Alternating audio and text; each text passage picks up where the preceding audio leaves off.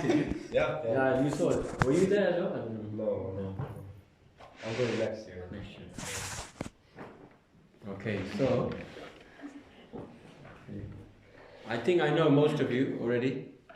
I don't know if I remember him. No. What's his name? Theo. Theo. Hello. So, for those of you who don't know me, I'm from England, like this lovely chap over here. And I'm from there, but I don't really live there anymore. I've been traveling for a few years. I'm kind of based more in the US now. So managed to make it to Slovenia, because I was in Hungary, and then Gadada said, you should just come to Slovenia, it's just next door. So instead of being longer there, I just chopped 3 days out of the Hungary thing and came here. So some of you I just met recently and already we're getting close. So the idea is that I work with ISKCON Youth Ministry. Has anyone not heard of ISKCON Youth Ministry? Put your hand up. It's better if you say yes, then I can explain it. I haven't heard. So, so there is a project by the GBC of ISKCON, which basically we want to make Krishna consciousness more accessible for those, especially for those who are born in the movement but not feeling very inspired.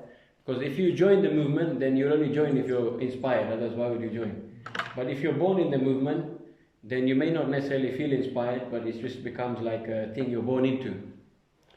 So then if you get pushed by your parents to do things, then, and you don't want to do it, then it becomes distasteful, right? Has anyone had that experience before?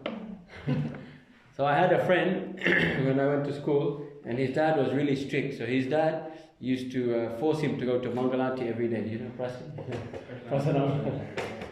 So then because of that, he became a little bit like, not antagonistic, what's the word, like a little bit kind of, rebellious. A little bit rebellious, a little bit kind of hesitant, you can say. So now he's getting more into it, but because he was pushed artificially by his parents, then he didn't feel like this is something I'm choosing to do. So then he felt like, you know, I'd rather just explore things myself. So actually it's funny because in ISKCON, because it's a new movement, it's a new religious movement in the West at least, so therefore parents sociologically is still very immature, although now it's getting better. So in the early days parents were a little bit more strict, but they didn't have the balance to see how to deal with children. You're all kind of young, most of you are like millennials, how we call it? Millennials, right? Close to Gen Z, yeah? So most of you are under age 23, it looks like. So, but I was born in the 90s. When you were born, late 90s or early 2000s? Late 90s. So if you were born in the older generation, especially 70s, 80s, then the parents are like very intense, like when you're born. So most of them, they didn't really survive. Like, so then my generation quite good, and then from 2000 onwards, it seems like more people are balanced. The parents are more balanced. So Manoram Prabhu grew up in the movement. He went to Gurukula. He was the first Gurukuli to be part of the kind of ISKCON GBC, the leadership of GBC. He's about 50 years old now, and he saw a lot of things. He learned a lot of lessons. He's a very intelligent person. He's actually German, but he lives in America now. So he was the first Gurukuli to be put on the GBC, and he started what is called ISKCON Youth Ministry. So we do different projects to help inspire youth in the ISKCON. So one of the projects that he does, the main thing that he does is bus tours. So a few of you know about the bus tours. So a few of you had good laughs when the bus tour came. So yeah, so I help with those, and maybe some of you will help with those in the future or other projects. So since then, because we realized that in America, the people have on average quite a good income. Like in America, generally, if you get 1,000 euros a month, that's like minimum wage. But in Slovenia, I think it's half of that, right? How much? Minimum is like 900 euros. Oh, so it's quite good in Slovenia. Yeah. Hungary is like... That's brutal. Huh? That's like... gross. Gross. Before tax. Yeah, before tax. Even this is the same. Yeah. Hungary, they said like 500. Then if you go to like Serbia, a little bit less. If you go to Croatia, a little bit less. If you go to Czech, probably similar. Different countries. So it's expensive to do a bus tour. A bus tour costs €1,000. So where we noticed that when we did the bus tours, only English youth, maybe some French, Italian, like random people came, but it was mainly English and American because they have a higher income. So then Erasmus projects are going on, which are also good. Who has been on Erasmus? I mean, I know a lot of you already have been. Almost everyone, yeah? You haven't been? Teo, yeah? Your name? No. Oh, you're too young maybe. How old are you? Yeah. 10? 12. So you can go from age 12 on Erasmus? Or no? Oh, 13. Okay. So those are good. But I'm working with Manoram to kind of do more deeper Erasmus projects, because some of them is more like a basically like holiday, which is also nice. But we want to make them more spiritually educational. So none of you were in Lanzarote. Were you in Lanzarote, no? Yeah. And Kadada was there, and there were more girls and boys from Slovenia on that. Yeah. But I don't know where they are now.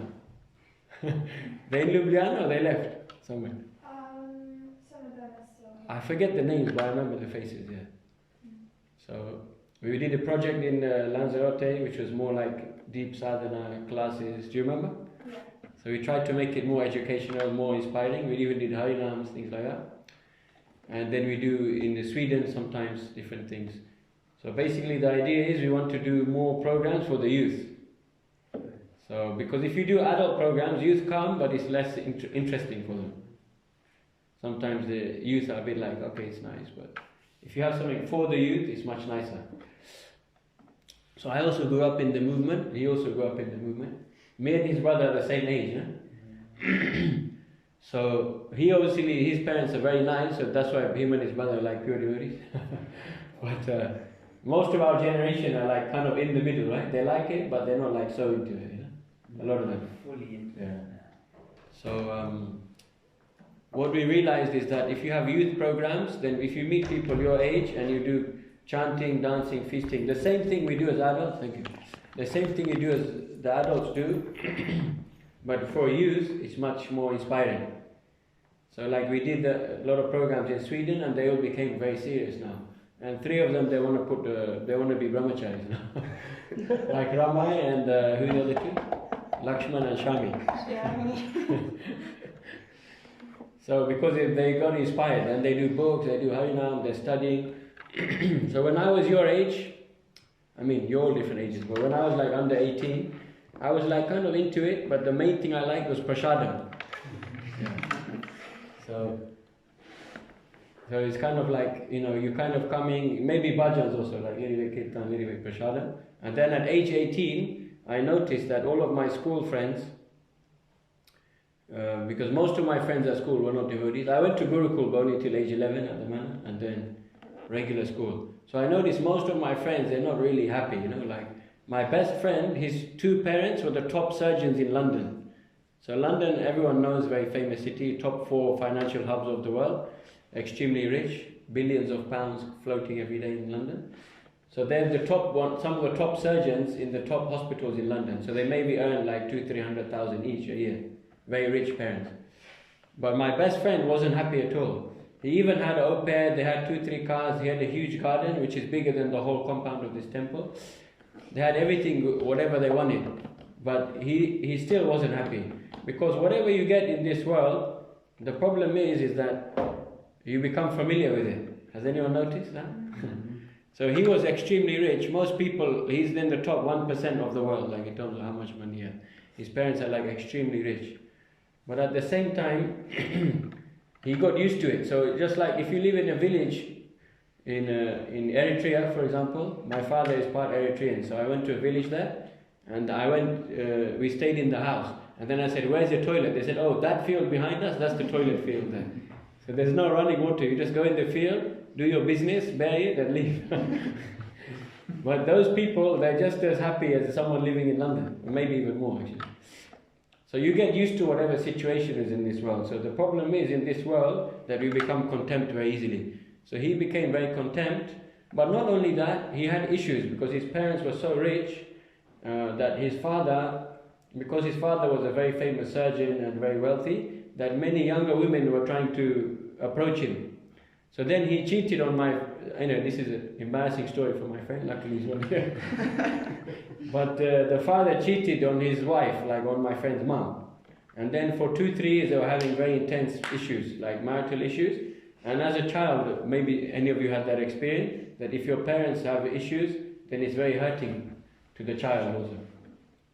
So it doesn't matter how rich you are, whether you cry in a village in Eritrea or whether you cry in your 5 million euro house in London, the crying is the same, right?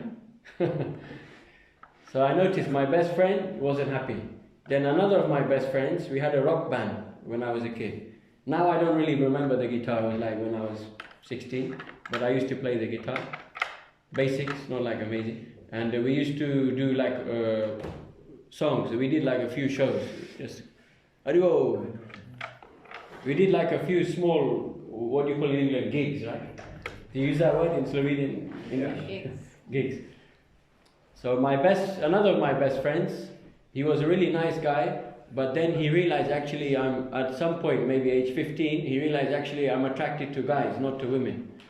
So then, because when you're in school, and we went to a boys' school, then men can be very macho. So then they like to bully each other and show who's stronger. So if you're gay, then you get bullied more at school. So then he was having a whole emotional crisis because he realized that he's gay, but it was kind of hard for him to digest and process. That took him some time. So he also wasn't happy. Even though his parents, everything was nice, his brother, he had a twin brother, but always something was wrong. And then another of my friends, he was addicted to smoking weed. So we would come to practice at his house, and then he would just be in bed like all day. It's like smoking weed and in bed all day. So I was like, my whole material dreams are finished. I was like, all of these examples I see, it's not good enough, So then I started thinking deeper, that there must be something a bit deeper, because simply trying to become rich or trying to become a famous musician, trying to be popular with the opposite sex, all of these things, you won't become happy, So then I started contemplating more. So I was very much into rock music. Does anyone like rock music here? Yeah? Which genre do you like? Subgenre? India. So India is very popular. Like the Kooks and all those bands. So I saw the Kooks briefly. We did Kirtan at a music festival. I saw them for about 10 minutes on stage. They're like OG indie band, right? So I used to listen to rock music, but also that was like, I like art and music, any type of medium of art, music, movies, everything. But what I realized is more important when you have art, that art should be a medium to provide a message, to give a message. It should be a method of delivering a good message. So if you listen to like punk music, hardcore music, they have some message behind it. The rock and roll of the kind of Bob Dylan era, Beatles era, they had some kind of message, like hippie message, political message, etc. But I noticed that most of this music, the messages are very superficial. So like one of the bands which I really liked, they were called the King Blues. Maybe, I don't think any of you heard them. They're not famous anymore.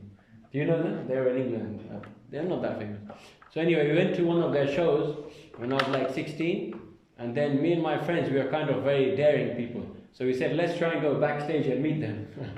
So we found where the kind of backstage entrance is, and we kind of broke in. We came in, and then I met the guitarist, and it was an English band, but the guitarist was Indian. So I was like, oh, this guy is cool, It's like in a rock band, but he's Indian. It's kind of rare, So I met him, I added each other in Facebook, and we kind of became friends. And we kept in touch once in a while. They had a lot of good messages, like about the environment, about improving the government, corruption, all of these things, positive material messages. And then I went to a protest also. When I was younger, I was trying to find some meaning, so I started going to political protests, like the student protests, like when it was G20, like 2008 or something. So I went to some protests with my school friends, and I met these kind of punks, and I was like, I'm kind of into rock music and punk. And there was one guy, two Indian Pakistani guys that were like hardcore music fans, and then there was one girl with a Mohican, like she was like 16, and she had like a green Mohican. You know what a Mohican is? Like this. So they actually met her, and then I met them, so we all became friends. And then I saw I found out later on, like a year later, that the lead singer of that band, which was called the King Blues, because I met him, I also met his girlfriend. She was a lady called Amy. She was a very nice lady. And then this girl, Ellen, who was the girl with the Mohican, the lead singer of the band cheated on his girlfriend with her. So then I was like, even these musicians, they're trying to do something higher, but they're still completely useless, you know. So all of my material dreams are getting smashed. Like my favorite band, they're all like a bunch of cheaters, and all of my school friends are depressed. So I was thinking like there must be something deeper. I already had it in my pocket, but I didn't take the book out and read it. You know? So then at that time there's a subgenre of rock music which is called Krishna-kr. Has anyone heard of that? Yeah. Krishna-kr? Like Shelter, has anyone heard of that band? So they were on Sony, like Sony label, which is like one of the biggest music labels in the world. That was when they became Jyoti. So they were the most influential hardcore punk group in the 90s. You heard of Raghunath, yeah, who does yoga stuff now. So I started listening to his music and some other Krishna conscious rock music, and also listening to the lyrics. This was when I was like 17. And then, so the lyrics were, I was losing taste for rock, and I liked the Krishna-kr. So when you get Krishna, the thing with Krishna is that he will give you something like kind of bridge preaching. The principle behind bridge preaching is you give something people like, but you also give Krishna. So they're attached to what they like, but it's with Krishna, and then the more they do it, they get attached to Krishna and they leave behind the material thing that they like. So I was listening to rock, and then I started listening to Krishna-kr. I started losing taste for rock music because I was listening to Krishna inside rock music. And then they had an album which is called, I think it was Shelter or Mantra or something. And there's a guru from America, he's called Ravindra Saruprabhu. Has anyone heard of him? So he's like a very top scholar. He went to Temple University, did PhD in religion, or comparative religion, something like that. And he gave a very systematic, a very basic philosophical lecture on the introduction to Krishna consciousness. And before that, I was 17, so I didn't really listen to lectures much. Maybe like at the temple, some guru comes, or maybe some YouTube video of Prabhupada, but nothing like serious. So when I heard that lecture, it started waking something up inside. And then after that, I started associating more with devotees at the temple, getting more into kirtan, and then, snowball effect happened. So all of us have some story, and some of us, the story is still to come.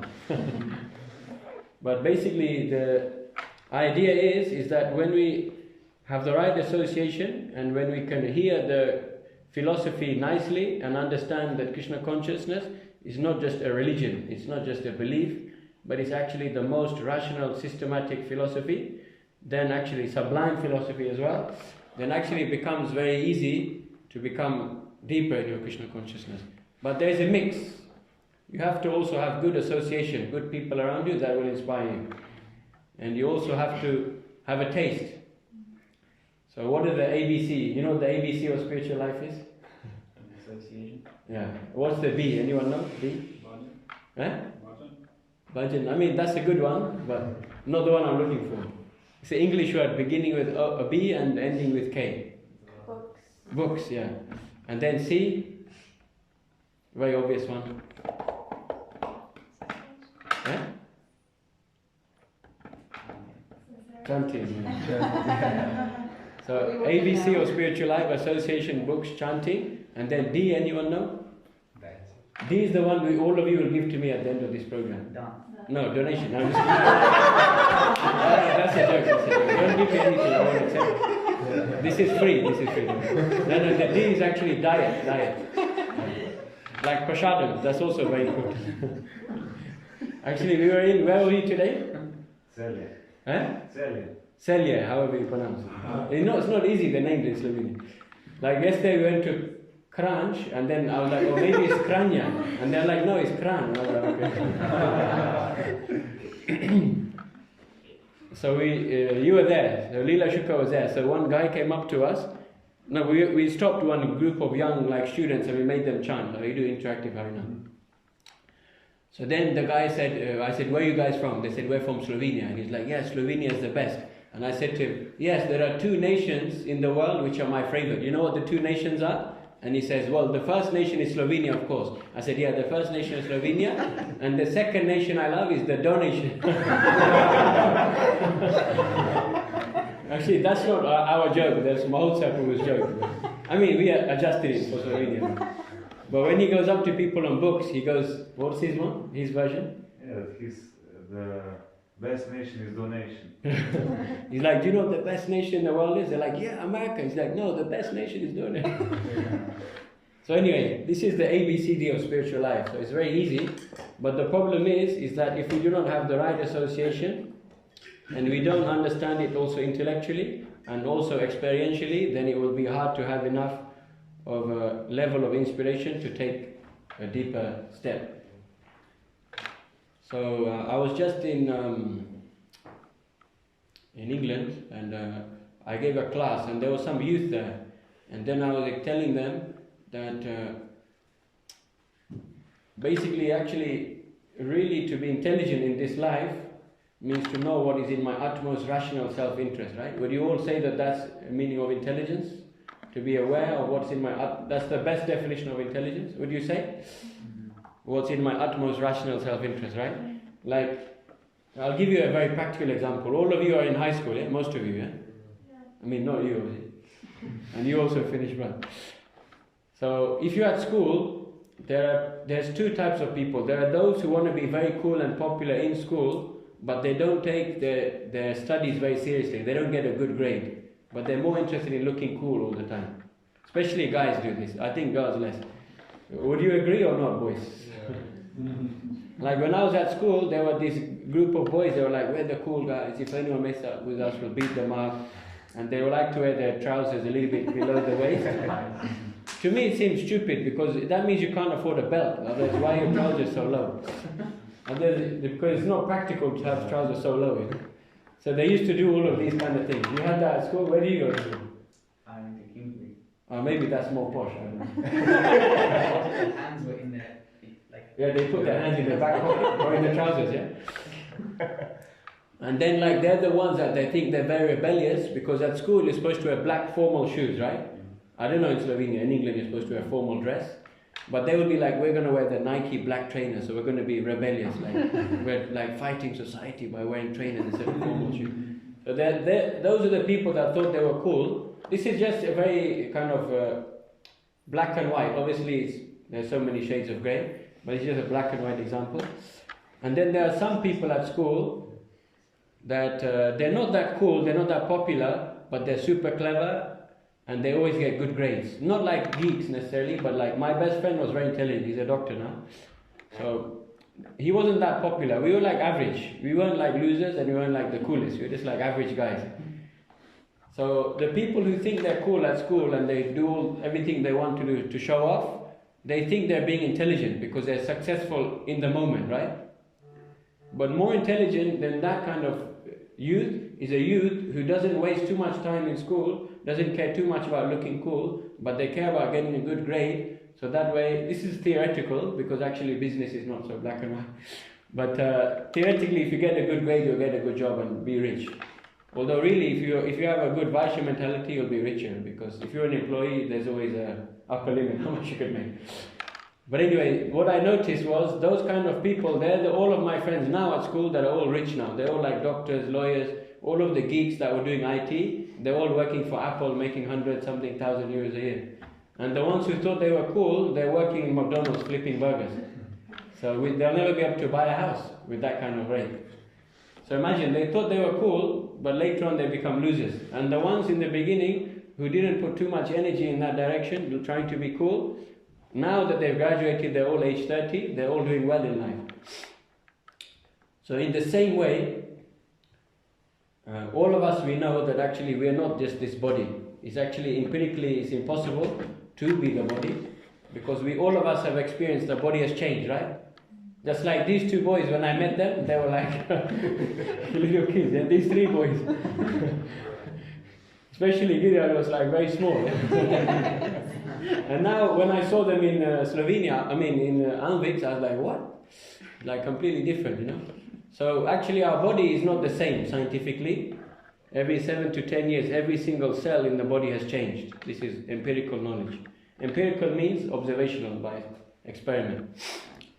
And not only that, we even see our hair, right? Like when I saw you last time, you had longer hair, yeah? I shaved it Yeah. today. So hair also changes, right? When you brush your hair, especially girls, you know, if you brush your hair, then so many hairs come out, right?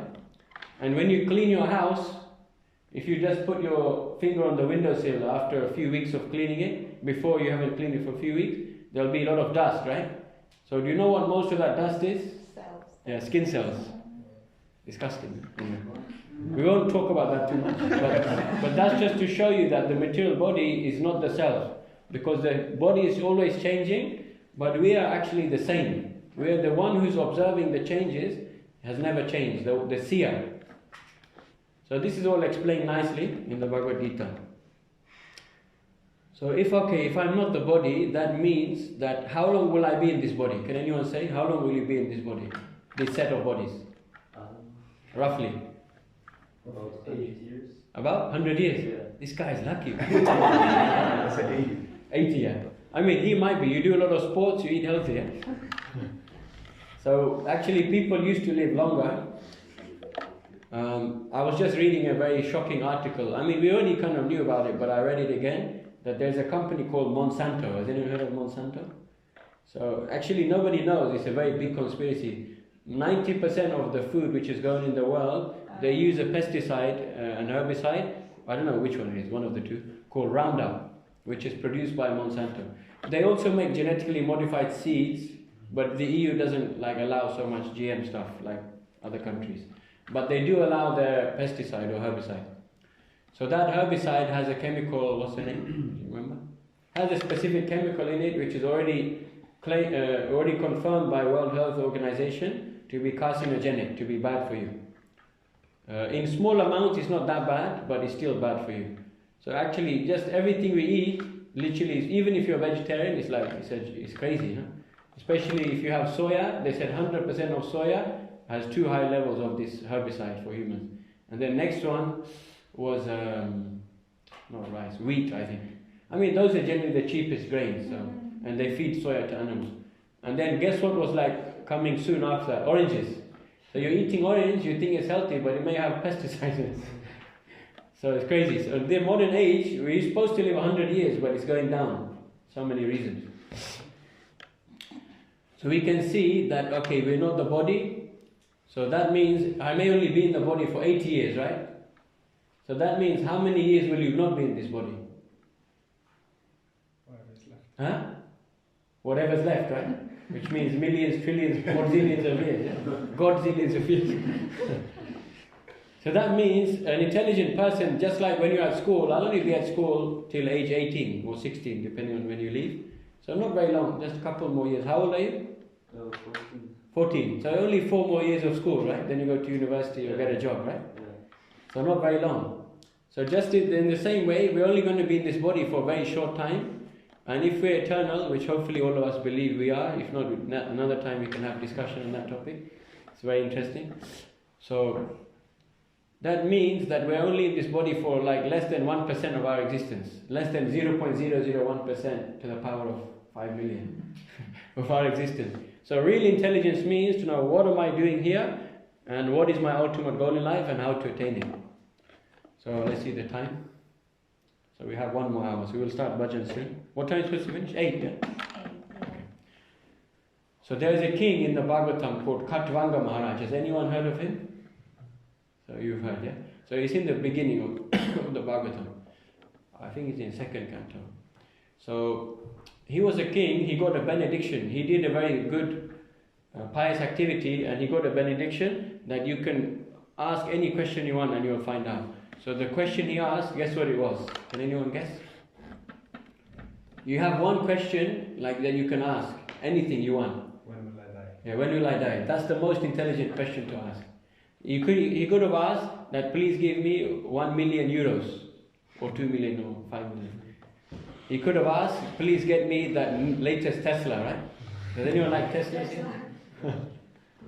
So he could have asked that get me a mansion inside the Tivoli Park.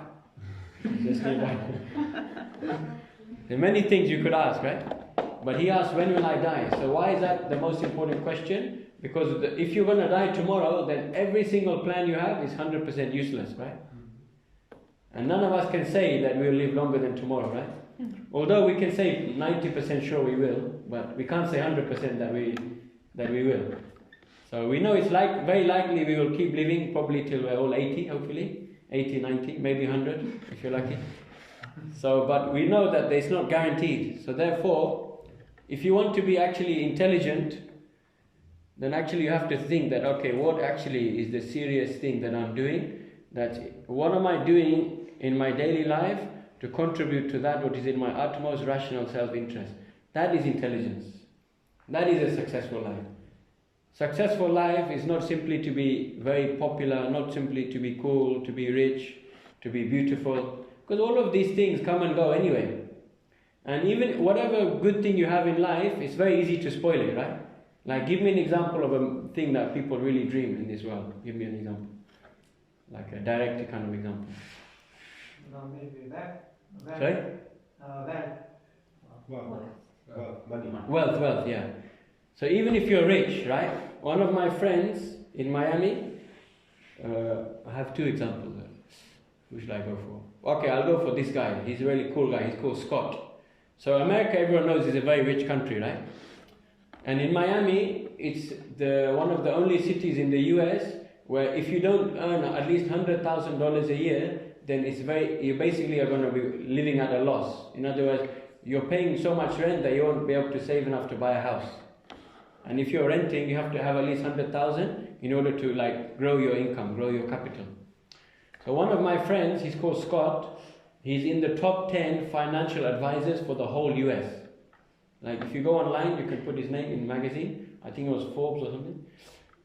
Because he said that to me, I was like, okay, let me check, and I checked it was true. He's a young guy, he's only like 40 or something. I mean, young for what he does. He's not young for us. So he's in the top 10 financial advisors of the US. But at the same time, he's not having a happy life. He's like a bit depressed actually. And he has he goes on a yacht.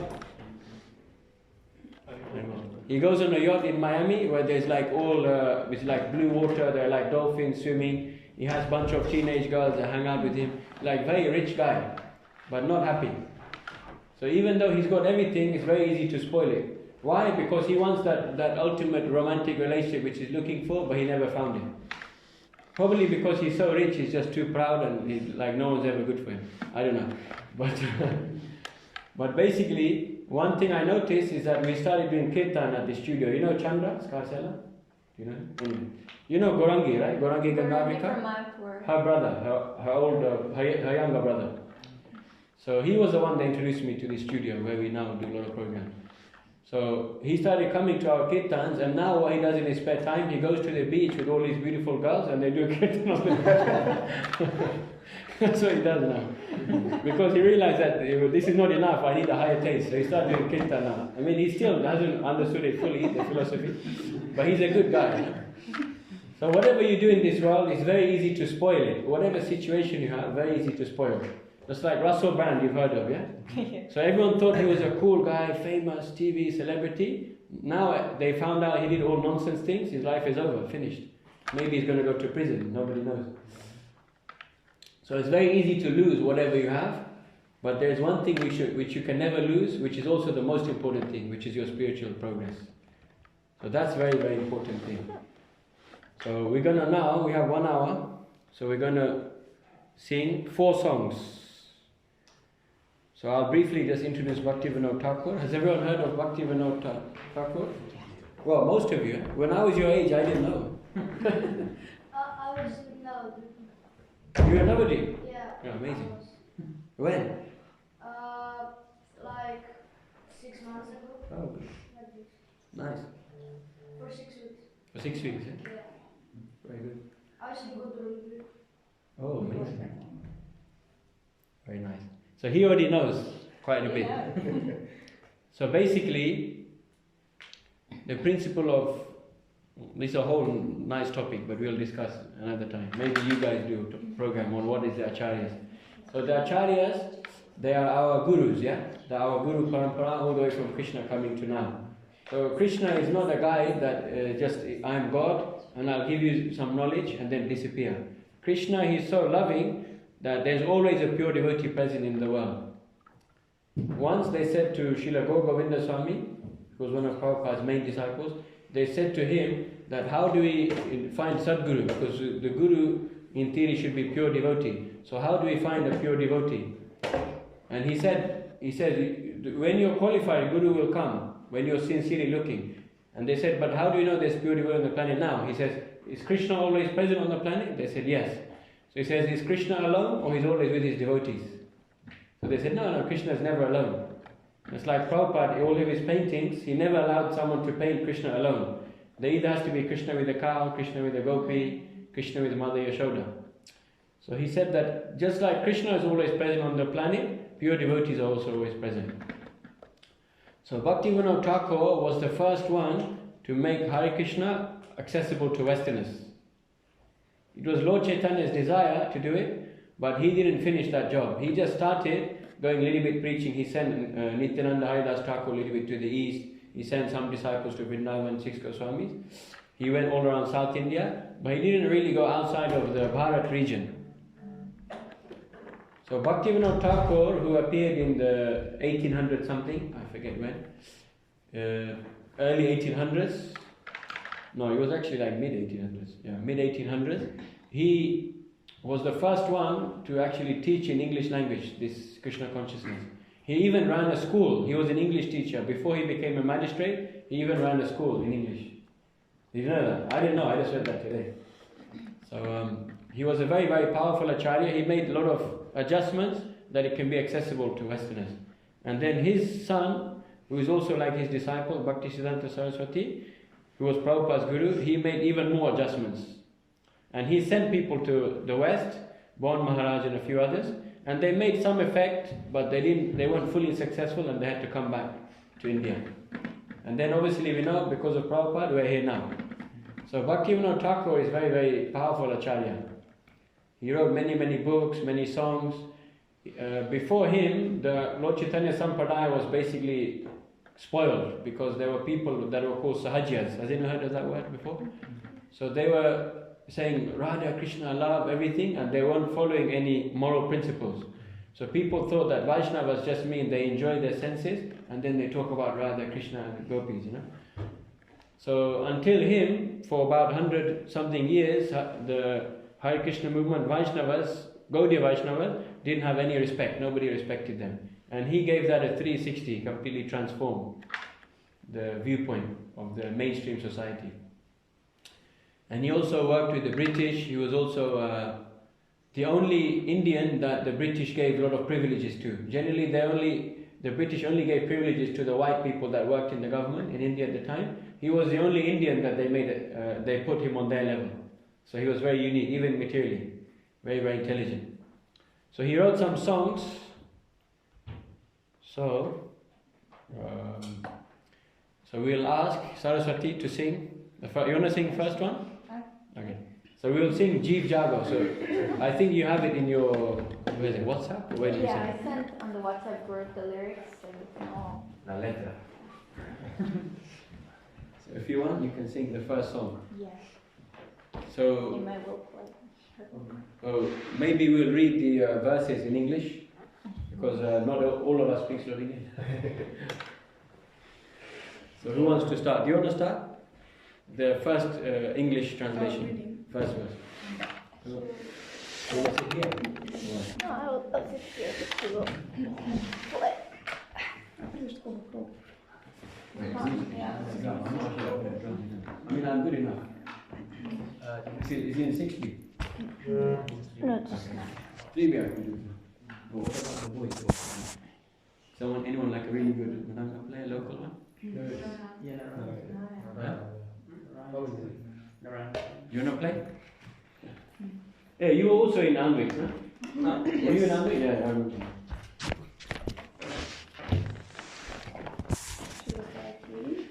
Yeah, you can just read one by one. I think there are how many verses? 4? 5. Lord Gauranga is calling. Wake up, sleeping souls. Wake up, sleeping souls. How long will you sleep in the lap of the witch called Maya?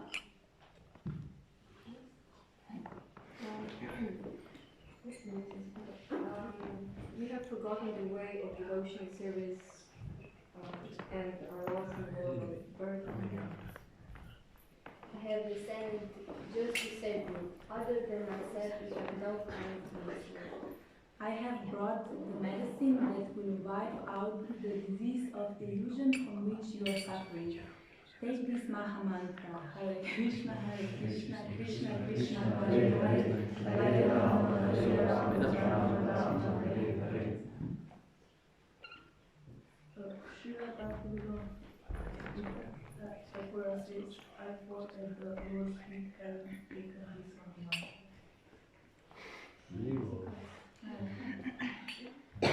Is that all of them? Yes.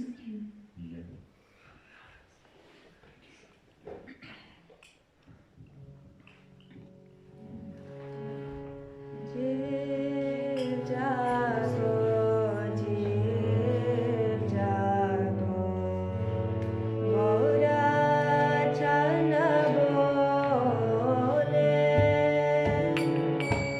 Jīve jāgo, jīve jāgo, gorā chana bole.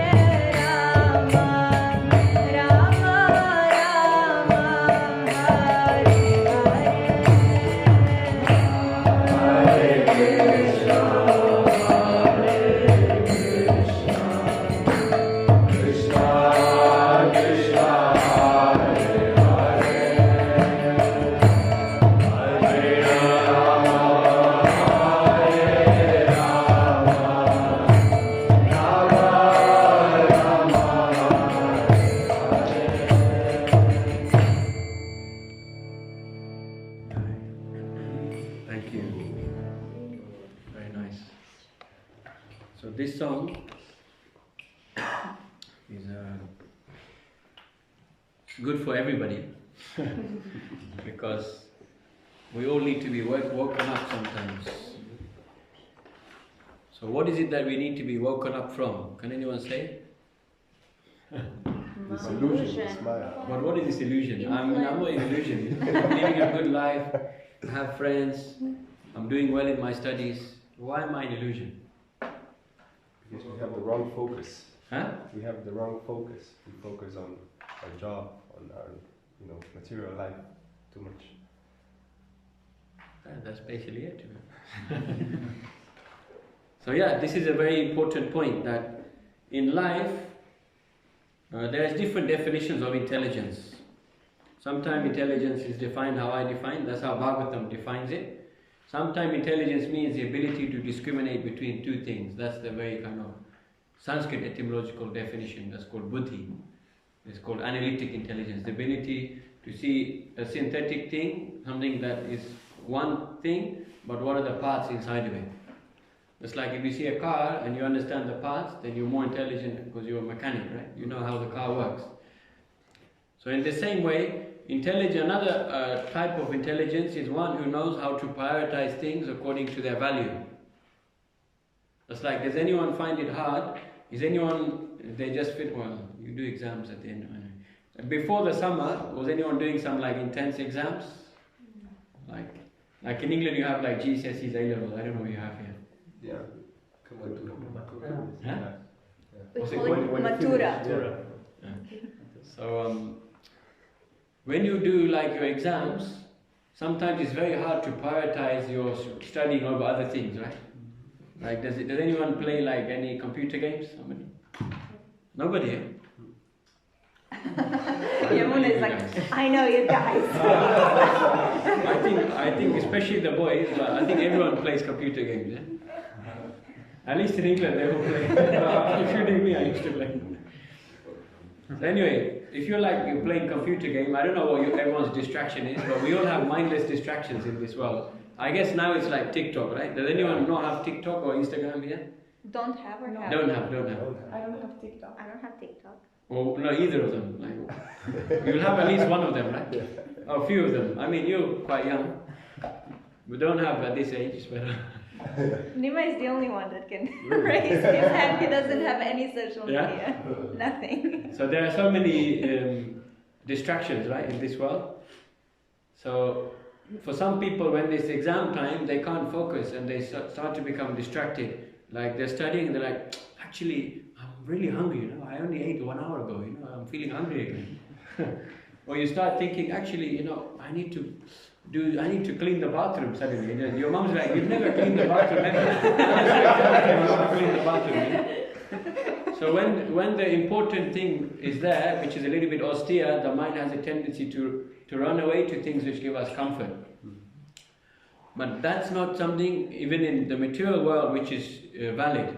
Because anything you want to do successfully in this world, you have to put hard work in, you have to put the austerity in, whatever it is. Even you want to become successful in running, you have to put hard work. If you want to become successful at the violin, anybody here play violin? Or anyone play some instrument apart from like the kirtan instruments? Like studying? Yeah, I studying Mridanga, good, yeah. You? Yeah. Piano, yeah. Oh, piano is quite hard. I mean, Mridanga is also hard actually. We'll leave the example of piano. So if you want to play some Mozart pieces, or I don't know who famous pianists are, but some like famous, pieces, it's a lot of hard work, right? It's very complicated. So even to be anything in this world successful, to get into the police, not easy, a lot of training, eh? Yeah. So you have to work hard, right? It's not just like I just turn up and become a policeman. So the nature of the mind is we don't want to work hard to get anything in this world. That's called cheating mentality. That's one of the 4 defects of the conditioned soul. So our illusion in this material world is that we're completely illusioned, that we do not prioritize what is in our utmost rational self-interest. Just like if you're on a train, and the train is, they said, everyone, we have to stop the train is going to crash. There's like a landslide, and the train is going to hit all the rocks and crash. So you don't start opening Instagram and scrolling, right? Would you do that if the train is going to crash? You don't think... Update your followers. Update, yeah. Actually... You go live. Yeah, that's true actually, yeah. You could go live or you could do some reels and make money from it. Become like viral and make money from it.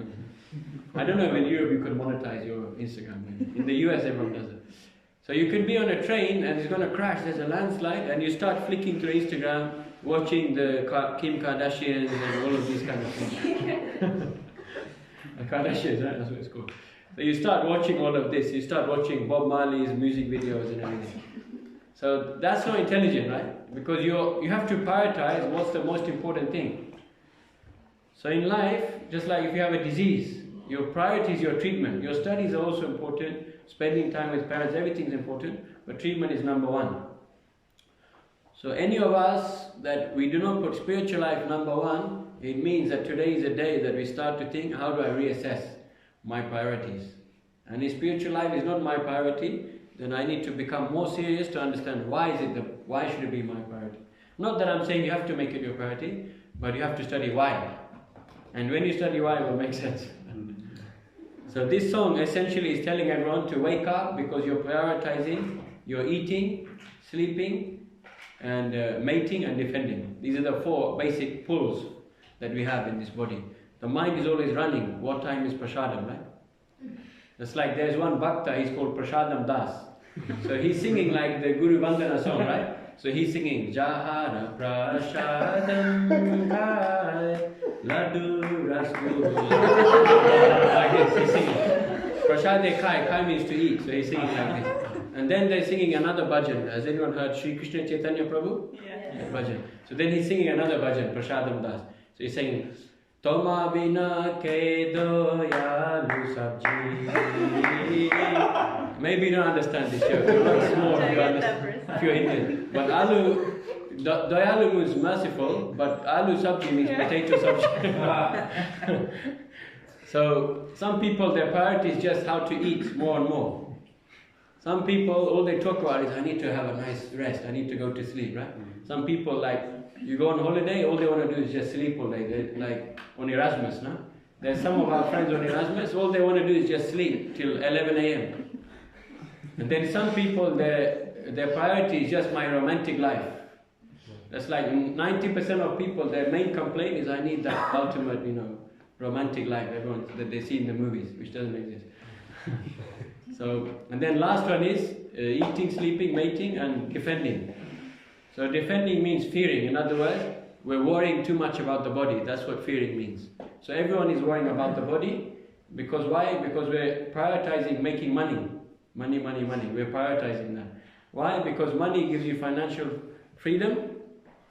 With good finances, you can have a nice house, a nice car, etc. That way you get your protection from the elements, so to speak. So always fearful about if there will be a comfortable situation for us. But of course, all of those are illusory, right? That's like you can have a nice prasad, and then there can be hair in the prasada. You can have a nice rest, and then Giriraj is snoring. Joking. I had some complaint, that's why I did this. Joking, I just made that one. So you can have a nice sleep, and then somebody is snoring. Or you have a nice romantic life, but it doesn't work out, right? 90% of the time doesn't work out, and then if you're lucky, it works out. So, not easy. But if you get the good one, then it's good. And then the last one, eating, sleeping, mating, and fearing. So everyone is always worried all the time. It's like we were driving to, what's it called today? Yeah. So we saw on the way that the car was crashed, like destroyed. So we're always in anxiety all the time, right, in this world. So we shouldn't prioritize these basic necessities. We should prioritize what is my spiritual goal. That's number one. And then afterwards, everything else is still your priority. It's not that being a policeman is bad. You must be a policeman. But priority number one, spiritual life. That's like if you're a policeman and suddenly, I don't know, your grandmother is sick. Then although your job is your priority, actually your grandmother starts to become your priority. And at the workplace, you're just thinking about my grandmother. I need to bring her something. I need to bring her some medicine, like that, right? So in the same way, if we study properly the Krishna consciousness philosophy, our priorities will change and our life will change. So that's the essence of this song. So now I'll sing, let's see, Kabe, bolo. It's quite a long song, so we'll do it quickly. So is it in the link, yeah, you sent? I think? Yes.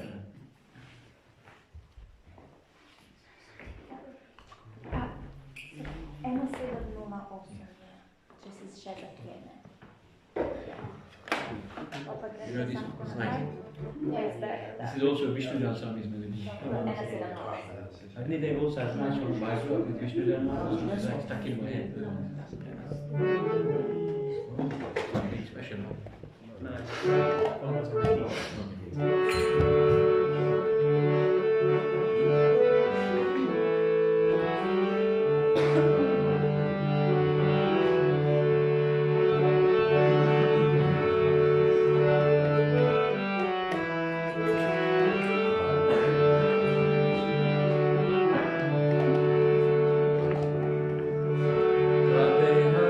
Kabe,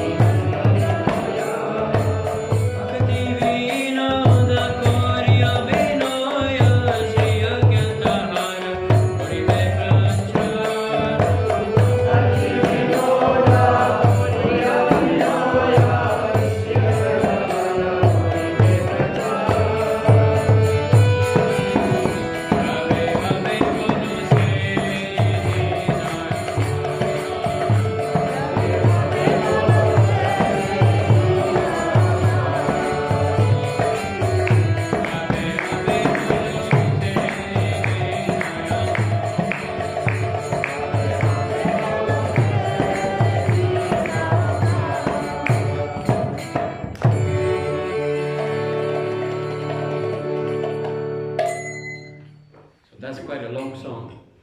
It's 8 verses. So we have like just 20 minutes left, and we want to do 2 more songs. So I'll just summarize the translation because it's like quite long. So everyone knows the Shikshastakam, yeah, more or less, like the translation. Yeah. So it's based on that, this song actually. And the refrain is Kabe habe bolo se-dina āmār, that when will that day be mine. So this is the mood of the devotee actually. We should have that mood that we are earning, what's the word, earning or yearning? Yearning. We're yearning to be earning. So we are yearning that please can I get taste for the holy name, please can I get taste for spiritual life. Actually the natural nature of the soul, I mean the natural nature is kind of silly way to say, but the nature of the soul is actually to be in love with Krishna. But because we came to the material world because we want to experience Krishna not being in the center but me being in the center. But whilst being in this world, we realize that it's very, very hard to be in the center because we are so contingent. Our existence is so dependent on external variables. That's like we have so many social needs, right? Friends, family, so many things, relationships. We have so many needs for eating and drinking, right? We have so many needs for sleeping. So we think we're so independent, but actually we're not even in control of anything in our life. If you eat too much, you get stomachache, you have no control. When you wake up in the morning, you need to go to the bathroom, you have no control, right? So we're so proud in the material world, we're thinking everything's revolving around us, but actually we are serving everything. That's the nature of this world.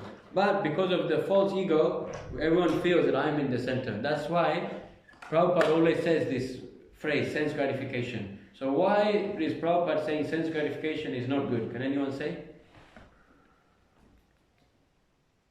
Because Prabhupada says a lot, but sometimes it's not clear, so better we understand clearly why. Can anyone say? Because it doesn't last. That's good, that's part of the reason. That Krishna gives in the Gita, that the material pleasure is temporary. What's that verse? On the top of my head it's gone. But material pleasures, they're temporary, and in the long run they will create suffering. There's one, he says, anityam asukam lokam, that this world is everything is temporary, and ultimately everything is not pleasurable to the senses. In the beginning it is, and then in the end it becomes dried or hackneyed. So sense gratification is against the reason why Prabhupada says sense gratification is not good, because sense gratification is against the nature of the soul. We are all the soul, we are not the body. So sense gratification means trying to please the body, right? So why is it against the nature of the soul? Because the nature of the soul is to serve, is to love. So everyone in this world, they like to say God is love, right? Nowadays, it's like if you say God, like, do you believe in Krishna, Jesus, Allah? They say, no, God is love, bro. I'm cool, man. God is love, right? So God can't be love because love is an emotion, or sometimes they say love is a verb also. So actually the denotation of love is a feeling, and the connotation of love is some action. So the nature of the soul is to love. That's the soul's nature. And how do you express love? Is it just by saying I love you all the time? Like if Giriraj comes home and then your mother says to you, my dear son, I love you, but there's no prasadam today, you can just make some toast or something. And they say, okay, that's nice. And then you come home the next day, same thing. She says, don't worry, I won't cook for you anymore, but I love you. So, I mean, now you're old enough to cook for yourself probably. But that's not love, right? Love, they didn't have to say I love you. Like, I don't think my mother ever come out to me and say, my son, I love you. Maybe like a couple of times, but when you love someone, you show love by action, right? By service. So service means that I prioritize somebody's needs over mine. That's what service means, right? To serve somebody. So love means the same thing. Love means that actually I'm using my energy to actually benefit somebody else. So sense gratification is against the nature of the soul, because sense gratification is all about me and my pleasure. That's why it's very bad. And the more we engage in sense gratification, the more our mind just thinks about my pleasure. And then we start to forget that actually I'm going to leave this body in a couple of days, couple of years, So I should be more serious about what is actually the goal, not simply what the body wants all the time. So this song is that mood, because there are 3 moods which Bhaktivinoda Thakura writes his songs. First one is in the mood that he's approaching spiritual life. So that's where we should all listen. The next one is the bliss. That was actually the song I was going to sing, but I couldn't play it, so I gave up. I should have just got YouTube play anyway. So there's a song called Shuddha Bhakata which I was going to sing, where he's describing the bliss of being a devotee. And then the last ones are the songs which is all about Krishna's pastimes. So it's like the Sambandha, Abhidaya and Prayojana, if you're familiar with those words. The opening stage, understanding what is my relationship with God, with this world, so many things. Then what is the process of bhakti? And third one is, what is the goal? The goal is to go back to spiritual world and always have a non-stop 24 hours a day party with Krishna. So that's what his mood is in this song, that when will I get that taste, that way I can take my spiritual life seriously. So it's not only us. Sometimes we're sitting on the computer games playing the game on the Xbox 360, is that the latest one? Or PS5, and they were like, I really like this game, but I should chant rounds one day, but anyway, look, there's another player, let me kill him. So we should actually be lamenting. If we're not lamenting that I'm not serious about spiritual life, then we should lament that I'm not lamenting that I'm not serious about spiritual life. Cry because you can't. Yeah. Same principle. So this is the mood of that song. And when you have this mood, then you quickly attract Krishna's blessings, and then you quickly make advancement. So we have 10 minutes, so we'll do 2 more songs. May I just quickly interrupt? Yes. Just because it's getting later, maybe we can keep the mridanga and kartals a tiny bit softer, because of the neighbors. Okay. Thank you. Oh no, I wanted to rock you on this song. Just kidding. It can be soft rock. No, joking. Actually, 2 of you are here this morning. 2 of you, they know what song I'm going to sing. Same one as the morning. You are here, right, Vishnupriya? Yeah, you are there. What's it called? So, Gai, Gorā, Madhura, Sware. So this one is a quick one, luckily. So we'll just make it time. And then we have a surprise for you, the last one. Surprise.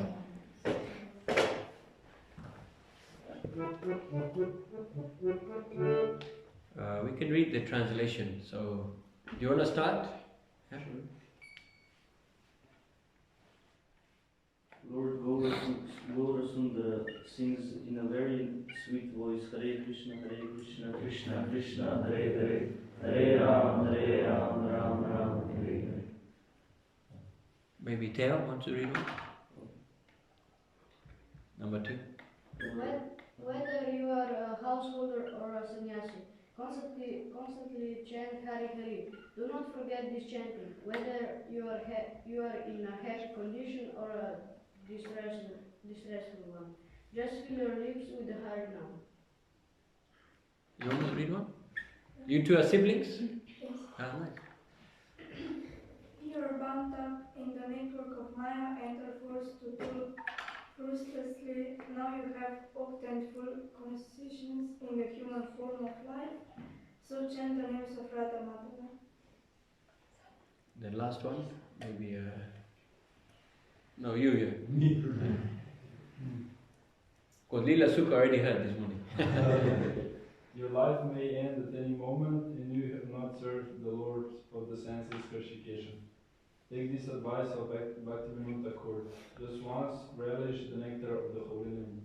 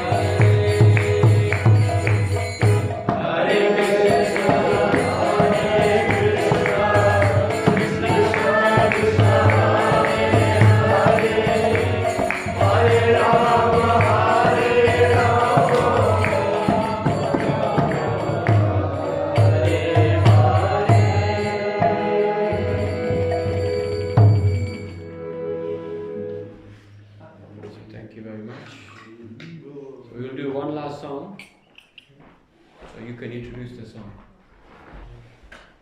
Okay. So we will sing Sri Krishna Chaitanya, Prabhu, jīve, doyā, kori.